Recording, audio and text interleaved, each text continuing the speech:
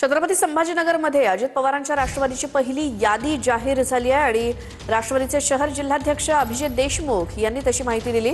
भाजप आणि शिवसेनेला नातेवाईकांना तिकीट द्यायची आहेत, नातेवाईकांना तिकीट द्यायची म्हणून राष्ट्रवादी नकोशी असं वक्तव्य अभिजित देशमुख यांचं।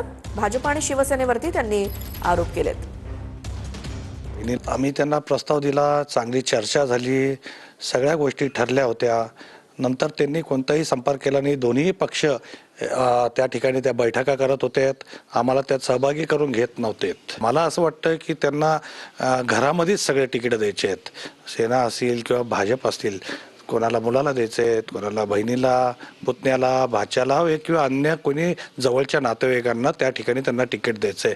त्यामुळेच त्यांना राष्ट्रवादी नकोशे वाटली असेल असं मला वाटतं। आज आमची एक पहिली यादी त्या ठिकाणी जाहीर होणार आहे। 25 जणांची यादी आम्ही आज दुपारनंतर त्या ठिकाणी जाहीर करणार आहोत।